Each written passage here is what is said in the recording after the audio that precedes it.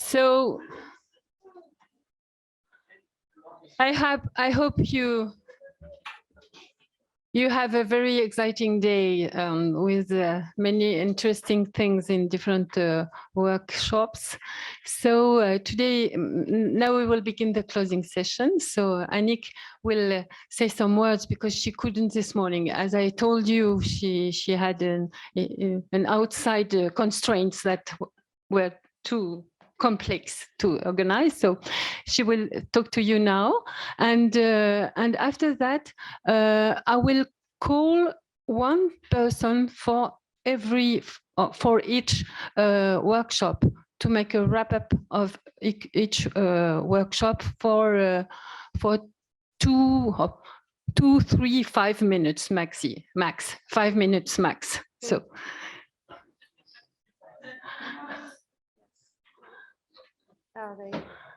So I call one person by workshop to come in here and to be it could be the moderator or somebody who, so. Wants to come. I think that normally you should have had an email or Claire Douay sent you an information. So for defining alternative excellence, who wants to come? Oh, no? Challenge and experience your ideas with ERUA. Who wants to come? Yes?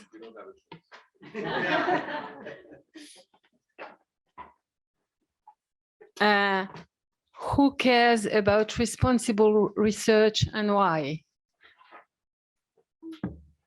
Katja, I didn't see you. Okay. Can you come there? It's okay. For developing joint innovative teaching initiatives, who wants to come? Okay. First, ERUA Open Science Live Meetup. Yes. Intercultural training in higher education, opportunities and limits. Okay. Si, il y a la mienne. And je vais aller en chercher, on va aller en chercher. And you have 5 after the talk, after the presentation of Annick, you will.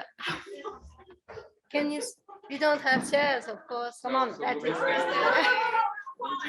Still stand one by one.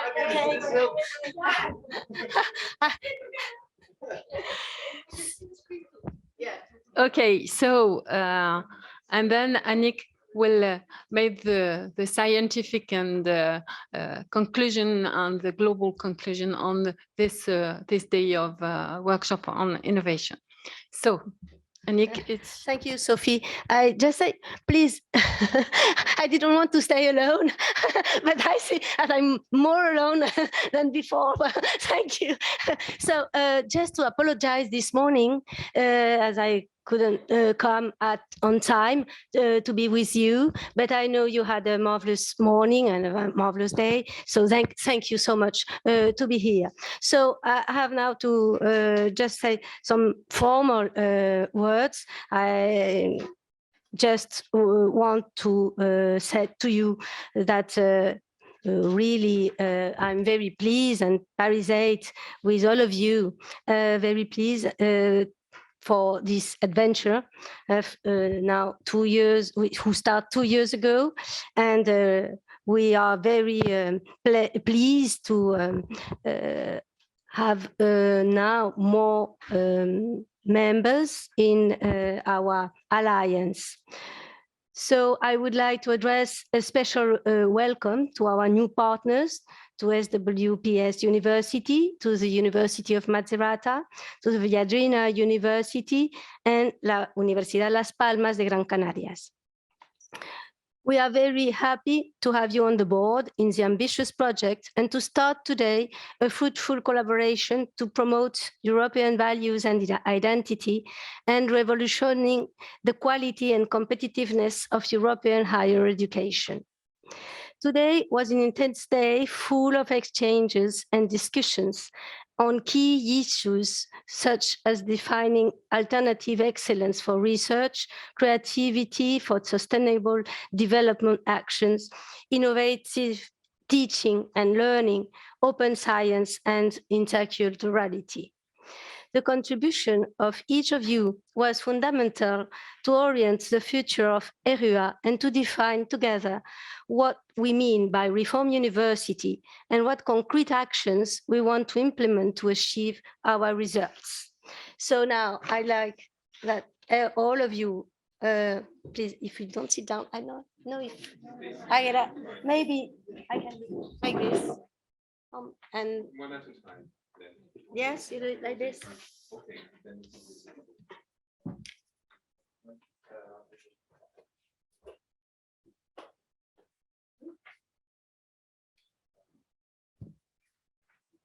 All right. So this is just a wrap up concerning our workshop on scientific excellency.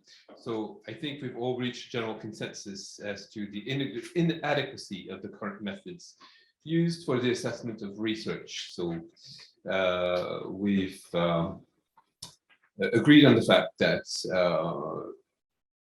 what's been used is basically inaccurate, skewed metrics weighted toward the so-called hard sciences, as well as English-speaking scholarship, focusing on the Western world mostly.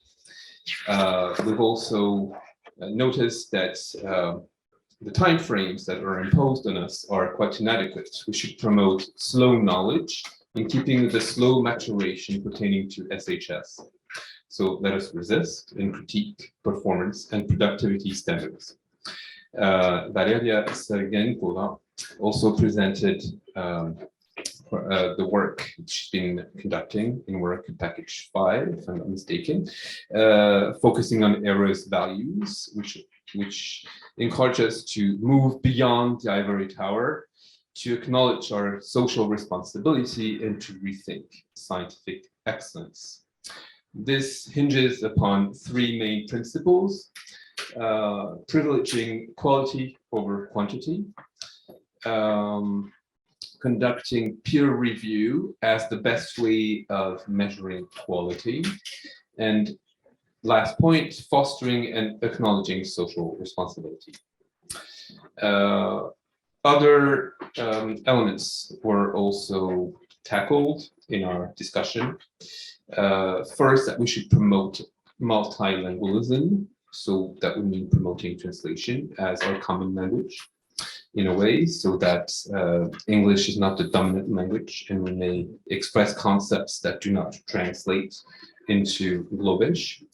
That we could organize a peer reviewing process at the level of our alliance.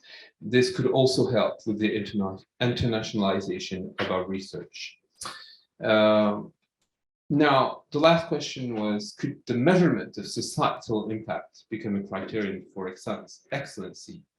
So, yes, probably. We still need to work on this. I think Katja Dupré here has many very interesting and challenging proposals to share with you.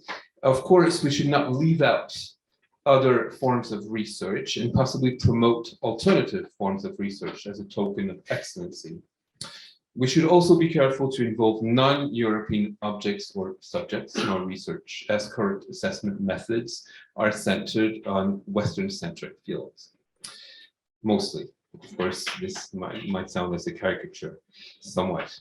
Along the same lines, we should also be aware of encouraging forms of social engineering. This means that we need to make sure that some topics do not get marginalized due to ideological biases. Stakeholders may also have their own agendas. So I'll hand it over to Katja, with whom we've been working hand in hand. So Katja, the floor is yours. Thank you. Thank you, Arnaud. Thank you. Perfect. All right, and Christian, can I ask you to show the slide? Yeah, so I have been chairing the session on who cares about responsible research and why. And maybe it's not a surprise that a lot of researchers do care about responsible research.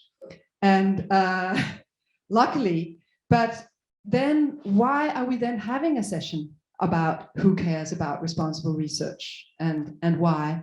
It's because we are actually quite a few researchers that are challenging the existing definitions of responsibility in research. And together, we explored the concept of care as a way to rethink responsibility and to go beyond the standard measures of responsibility, such as open science and data management and transparency, etc. And we did have some really, really interesting discussions and also experiences shared by you, the ones that were in the session. And I have just selected some of the recommendations that are actually the fruit of the research study in the work package 3 in ERUA, where we are trying to translate some of your practices that the researchers' practices into how can we rethink responsibility, responsible research and innovation. And I don't know in terms of timing, but these are a selection of recommendations where we would like to invite management and at different levels and the EU, not least, to remove the contradictions between responsible research and innovation and excellency, to establish institutional capacity to create space for cross-disciplinary exchange. As you know, that responsibility has dimensions of inclusion, societal engagement, but that a lot of researchers are actually experiencing that conducting transdisciplinary work is actually quite difficult in the existing universities.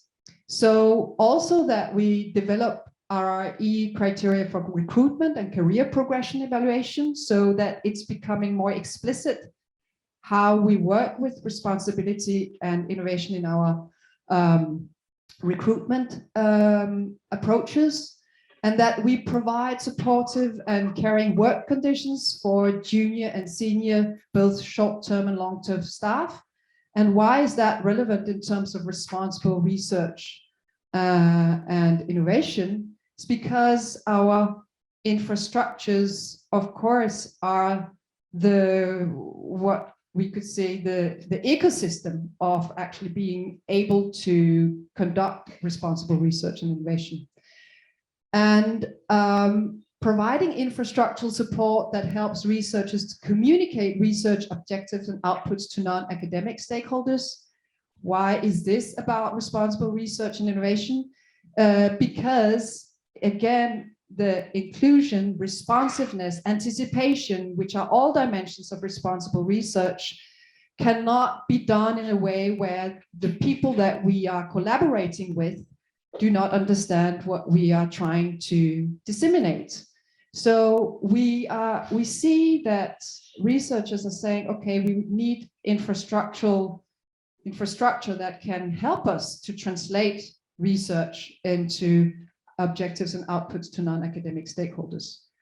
Address lack of merit systems that acknowledge and improve the integration of plural interest, objectives, and timelines in transdisciplinary projects and that value non-academic publications and communication. Strengthen established infrastructural support and competences that help researchers translate processes and output to their end users and stakeholders and keeping stakeholders engaged over time. And this is about acknowledging that when we do responsible research and societal engagement, it requires actually particular methodologies. It requires building trust, it requires time, and this is often not assessed as an important part of responsibility. And we would like that to be part of the assessment, 1, and 2, we would like the infrastructures to support these type of engagements if we are to conduct them. And lastly, we encourage student involvement in both research and teaching to ensure the nurturing of ecosystems of critical thinking and inclusiveness, also internally in the universities. So I think with this last word, I will give the microphone to my next presenter. Yes, thank you. Thank you very much, Katja, and thank you everyone for being here tonight. The workshop I chaired was the one on open science, the open science meetup, and we dedicated this to the open science community. That is, what does the open science community characterize? Are there certain subfields of open science communities that overlap to a certain extent?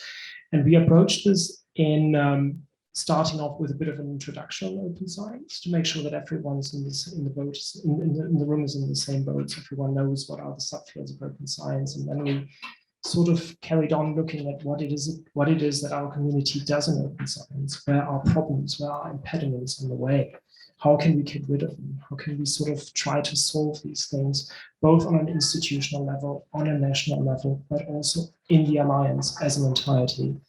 And after that, we looked at some offerings which we're doing in terms of open science, which would be the open science course, which we've just published, which is a basic introduction to the fields and varieties of open science.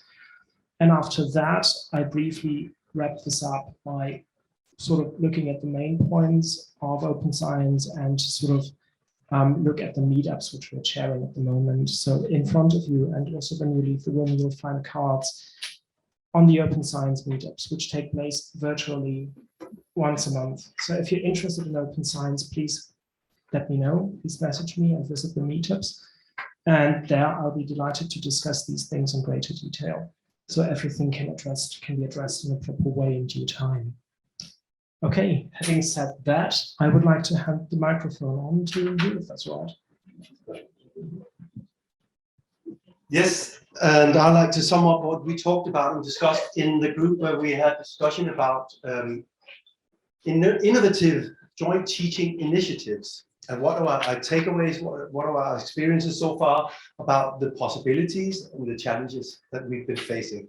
So I think I'll do it in two parts. One thing is, what are the challenges that we learned about seen from the student's perspective?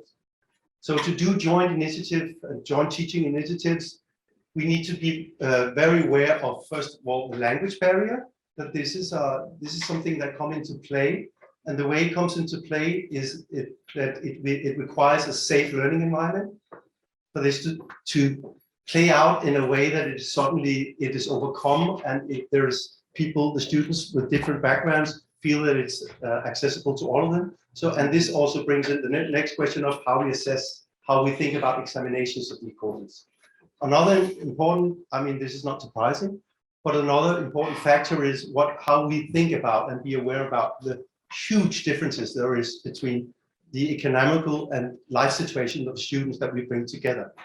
If we want equal opportunities to participate in joint ERUA projects, we should realize that the students we invite don't have equal opportunities themselves. We cannot solve this problem, but we can solve it in the way that we can try as best as we can to solve how the universities really need to work with their informational infrastructures about accommodations, travel, information, and help as good as they can with information, try to make it cheaper and more navigatable, understandable, how we deal with different students coming from different places. That's one dimension. That's a number of other ones, but this is just a brief summary. A more general discussion was about, okay, from a perspective of ERUA, what does it take? What are the obstacles that we've been addressing when we're trying to develop joint teaching initiatives? And a very important one is we need to address, this is a very general one. If we think about reform universities, in what way do we think about teaching? What place of teaching do we consider? And what place do we consider teaching to have when we think about reform universities? And the reason I'm posing this question is because, to me, thinking about reform university, we need to think about, okay, so what kinds of representatives of science, what kinds of citizenship, what kind of forms of socialization is the university. If we think about university as a reform university, then it should maybe also be an alternative form of ideas about citizenship, socialization, spaces, and also representatives of science. That's just an open question. But that's one dimension of it. The other one is what if we've been actually having a lot of problems getting enough initiatives. And I think one reason for this is that the place of teaching, or the credit, if you're a young academic and you want to get an academic career, it's not really a good idea to spend all your time doing innovative teaching. You should write some papers and get some BFI. So when we think about reform university, it's very important we think about how we can maybe change that so it also becomes something that gives merit, something that can be included in making an academic career, that you really work on also teaching and make innovative teaching formats. And last but not least, and is very predictable, we have a lot of bureaucratic constraints. We're making a collaboration. One of the things that we talked about is collaboration of thoughts, very contradictory things, in the sense that when we talk about collaboration here, we all talk about, oh, this should be a creative space, an alliance in which we can experiment, do stuff differently. At the same time, collaboration also calls for common standards, common ways of doing it. And so that creates obstacles for the flexibility that we long for, but at the same time is becoming more and more complex to do. So that's a problem. One of the things that was very obvious. It's quite easy to pose these questions. It's very difficult to give answers to them. But I think we need to at least be very aware that, okay, we need some forum systems and standardized some stuff in order for this to happen. But we also need to create spaces within the way we think about universities, spaces for experimentation. And we can do this in a number of ways. I don't know, but just to give an idea, could the ERUA Alliance be a place where all the participant universities thought about creating a semester in which the students entered, and then they left after a semester, they got their credentials because they passed the things they enjoyed, but nobody apart from that interfered in what went on. So this was a semester with free space for experimentation regarding courses, lectures, workshops, excursions, whatever. It could be formulated with the students, which is very, very difficult now. But as I've been on a course last week, I can tell you it's really, really fruitful to do. You learn a lot, and you'd be surprised how much the students can teach you if you listen to them, also about the university. So that was the main things. That was the takeaway, I think, from our workshops. Thank you. Thank you. Change. This is what you wanted to do, I think. Double check upload. Okay. I will very briefly because I have two small problems. We let the participants work. So you should ask participants for wrap up. And I'm not prepared because our workshop was the last one, but intercultural competence also to be flexible and improve. So I do it very quickly. We had a great group of very open-minded, reflective people from all of the ERUA universities. They shared with us great experience. We focused on reflecting their own stereotype. We collect a great toolbox to how to raise the awareness of cultural competence. And we are aware that it's still one point because it's a long life learning process. So I hope we will stay in touch. I hope we focus on bridge the differences and not stay with the differences. We should reflect the difference by go together to celebrate the difference, the diversity, to go together, to work together on it. I teach with Sylvia Roxelle. Thanks for being with me. And we have to mention also our great manual we created during the last 2 years online with our intercultural team. So thanks for that. Darina?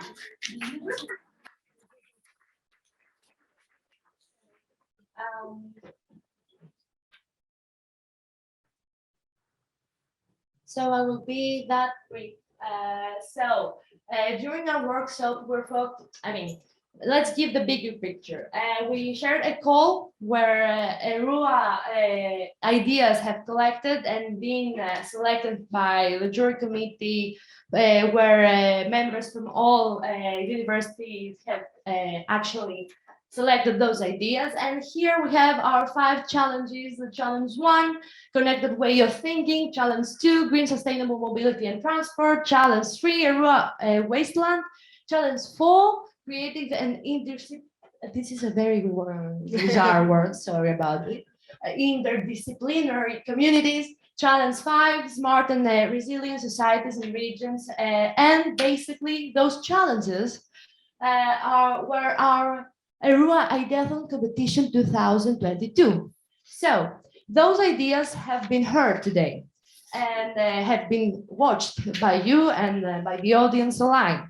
So ERUA students presented their ideas, and during workshop, in the end actually of this workshop, an online voting has been done.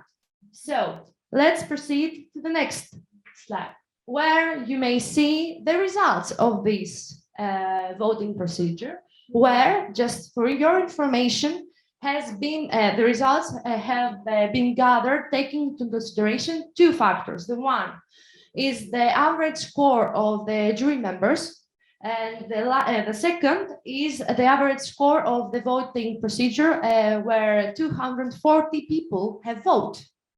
So the first prize from the Challenge 1 Connected Way of Thinking goes to Petros Marinakis with Project Aware, who gathered 20.7 and gains the prize of 200 euros. You can stand up and we will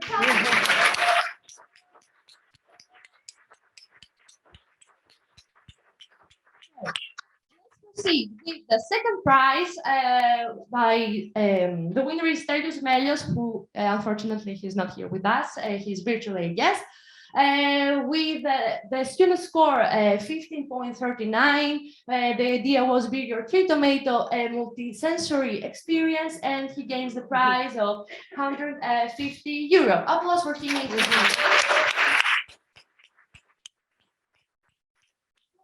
To challenge 2, green sustainable mobility and transport. Here the first prize goes to student group NGO, score 19.38, Stathis, Lourdes and Katerina Pistola, Nomad School, and gains the prize of 400 euros. Where you stand up.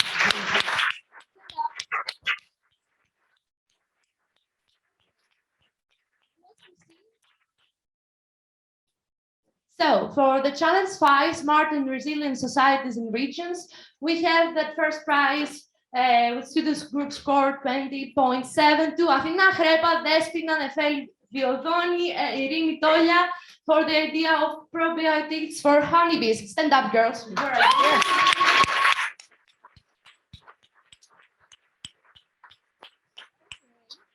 The second prize goes to, with score 14.22, to Yorgos Kyrianakis with the idea of holistic strategy promoting knowledge and education through an organized strategy for any citizen. And he gains the prize of 150 euros. He's online, although.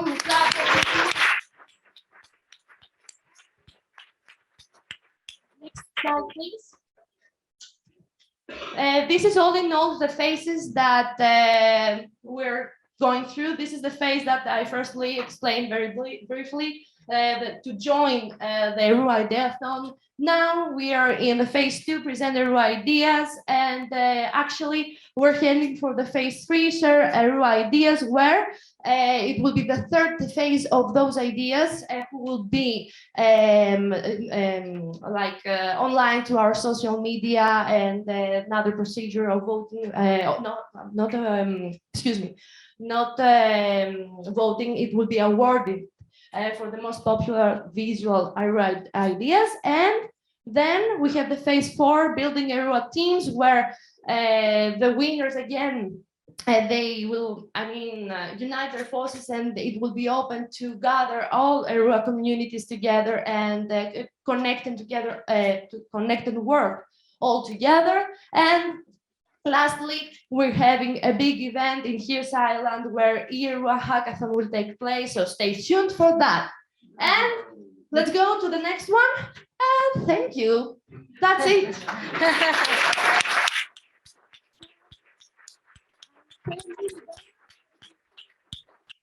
Think now.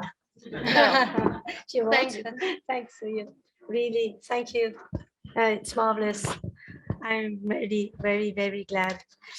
Just want to a few words to have a conclusion, a form of conclusion. Whether we are in the north, in the south, in the east, or the west, continental or insular, we are called upon to respond to the challenges facing our societies and more specifically our institutions. These challenges bring us together. Our European University has chosen to unite around an all-encompassing notion, reform, taken not as a theme, but as a means to an end, to work on awakening consciences through a critical look and a practical approach that transforms our societies, our relationships with the world and with the others, and emancipates us all, whether we are students, teachers, or citizens. At a time when competition and rivalry between universities are exacerbated by so-called policies of excellence, when the standard of the excellence is called the Shanghai ranking and is based on an accounting of commercial vision of education and research, we must work together, as you have done today, to build common pedagogical and scientific strategies in order to propose an alternative excellence within the alliance, that is to say, within a group of universities that collaborate and cooperate. Our European University must give us hope that a university community can oppose another vision, impose another model than a quantitative and standardizing one, a model that is based on the desire to imagine, to think, and to conceive common initiatives that allow us to respond to the challenges of our universities, of our societies, and also universities, digital, ecological, social, democratic fractures, etc. The challenges facing educational and research institutions are multiple and structural. How can we judge the effectiveness of our knowledge? How can we transmit it to society? How can we co-construct it? It's up to us to carry out this reflection on new social practices together, from the method to be adapted to the diagnostic, sorry for my pronunciation, and then to the recommendations, so that the initiatives can then be implemented locally in each university, but also contribute to offering on a larger scale, that of Europe, an ambitious and innovative university proposal accessible to all. In this sense, reforming means transforming institutions so that they produce discourses and practices that inform all our lives. In the founding acts of each of our university within ERUA, there is a utopia, a real utopia that our European alliance wants to extend. In the face of the steamroller that hijacks and turns the meaning of the most noble values, differentiation become the name of hierarchization, or inclusion that of relegation, the analysis of Félix Guattari, to whom we pay the tribute this year on the occasion of the 13th anniversary of his death, are a landmark, a guide, and a warning. I just say the words of Guattari.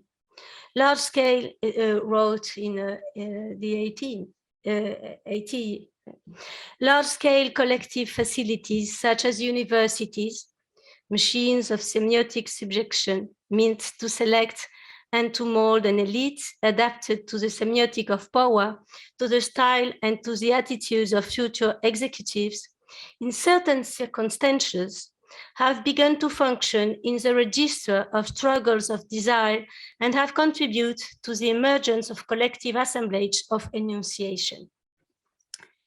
Is this not also what happens, still quietly, but more and more insistently, in some universities in France and elsewhere, when graduates refuse what they call the destructive jobs of the agri-food industry sector, for example, which is linked to the university?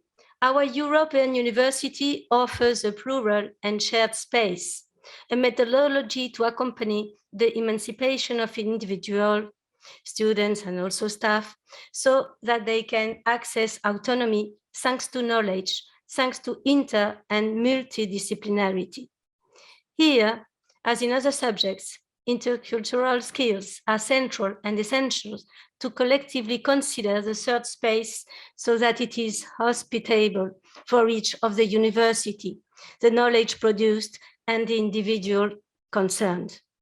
You have also envisaged setting up moments of exchange, such as teacher and student networks, in order to put into perspective the specific pedagogical practices of teachers in each institution, but also to allow students to apprehend the themes carried in our alliance from different places. Despite the difficulties we encounter, which are natural when multiple European legal and regulatory frameworks meet, it is up to us to set up the network workspace rhythm so that it makes sense for our students and that they find their place in it. The loss of attractiveness of high formatted ways of thinking may be a positive sign of awareness and a desire to change the world, but the fact remains that the decline is still based on a commercial vision of knowledge, where profitable carries more weight than the freedom to think, to act, and to create. It is a responsibility of research and open research and of our institution sensitive to the environment to engage in a revolution of mentalities around the emergencies that affect our countries. Climate emergency, social emergency, democratic emergency, digital emergency. For this, critical thinking needs to continue to be supported, as we want to do with ERUA and at Paris 8, as at RUC, NBU, Macerata, at the Viadrina, Las Palmas, SWPS, and of course, as Constance, you can. Let us commit ourselves to continue with resolution in the critical, experimental, and creative paths of our university, of our European university. As you know, studies in the arts are numerous within ERUA, and I am delighted to invite you now to discover in the entrance hall of the university and in the hall of the Maison de la Recherche here, the exhibitions, artistic works by students and staff of our universities. And of course, before inviting you to a glass of friendship together, I would like to thank all the team and the administrative teams who made the trip and worked hard for the organization of the summit. I would like to thank especially the Paris 8 team of ERUA and ERUA, and also NBU and you, of course, for the digital organization of the summit. Thank you very much.